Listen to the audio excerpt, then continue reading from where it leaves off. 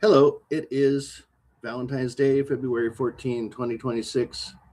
And surprisingly, one of my murder mysteries that I just completed ended up kind of being a love story, a very weird one. You don't expect for an Agatha Christie story to turn into romance at the end, but that's kind of what happened here. And so I'm going to go into the background of why I'm reading this. There were several plays that were developed from Agatha Christie. Most were books first, but some were plays first that were later turned into novels. This book here, The Mousetrap and Other Plays, has two entries in it, one being Verdict and the other being The Mousetrap, that started as plays and then became books later, or stories in a book in this particular case.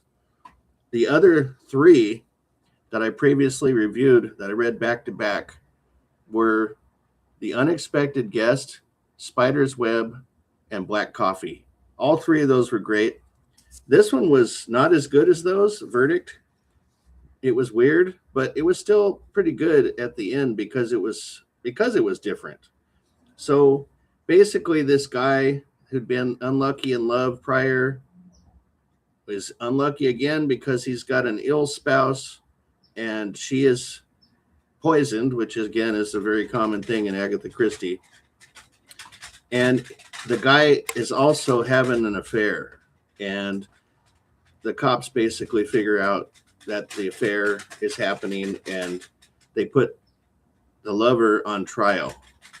And I'm not going to tell you how it ends up, but there's only one other thread in this book to be the possible killer, which is kind of thin for a murder mystery, right? There's not multiple suspects, there's really two.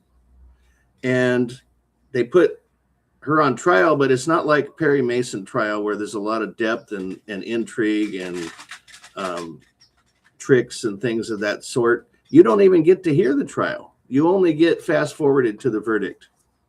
But the interesting part of the story happens after the verdict, and I don't want to screw it up for you because it is a quick read. It starts on page, then these pages are kind of thick.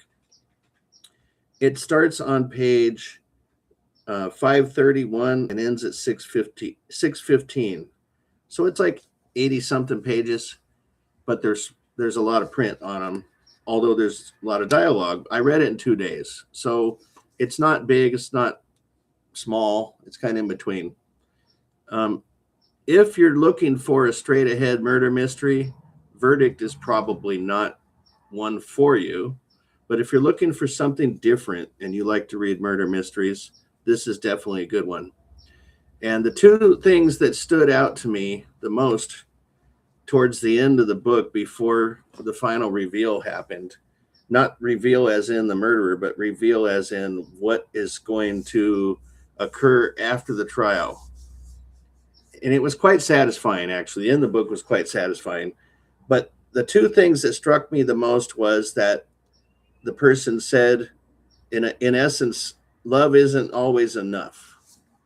And it just made me think of the Colin Hay song, the guy that was from Men at Work, Love Don't Mean Enough. I'm sitting there singing that song in my head as I'm listening to the lady talk.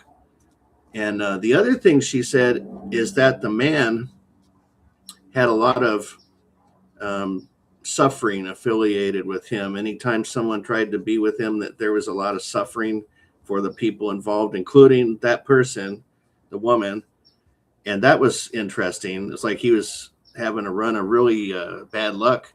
And the other thing was, she said that he was a man of ideas more than a man of people, that he valued ideas more than people. That really kind of was like, wow, that's an interesting concept. And it got me thinking about that because I'm a pretty logical dude. Most dudes are more logical than women, and they tend to think like that. They have ideas more than perhaps focus on people and feelings and stuff. And it starts getting you to do some self-reflection and things. which is always a good thing to do. It's like, does any of that have to do with me? Maybe I could do better in that respect. But those concepts towards the end of the book really kind of jarred me a little bit. And I was kind of at the end of the book thinking, oh, this is going to be a depressing end to a rather weird story. But it ended up resolving quite well, and I was happy with it at the end. So good story, worth reading, verdict. And like I said, out of this book, there are how many? 1, 2, 3, 4, 5, 6, 7, 8. There's 8 plays that were transcribed into this book. Now, one of them, 10 Little Indians, is also the book, and then there were none. I already read that prior. The Mousetrap I saved for last on purpose because it was a very long-running Agatha Christie play that just went on forever, and I wanted to save it for the end because it's got to be good. I don't know what it's about. And the rest of them, I actually ended up buying separate books because this is kind of old and a little bit cumbersome, this book. This was published in 1978, so this book is actually almost as old as me. The play itself, Verdict, was from 1958, so they put it in this book 20 years later. The Mousetrap, I think it still runs even in some places. So I'm going to close out with, this will be the last play that became a book, The Mousetrap. I'm going to read it out of this. And then after that, I'm going to hit the remainder of these stories that started as novels first and became plays. So after Mousetrap, I'll be done with plays that became books. And I'm hoping this is going to be a real good one. So it starts on 279, and it's only 80 pages as well. So it should be a couple days, and I'll be done with The Mousetrap. And I'm excited because that one's real famous.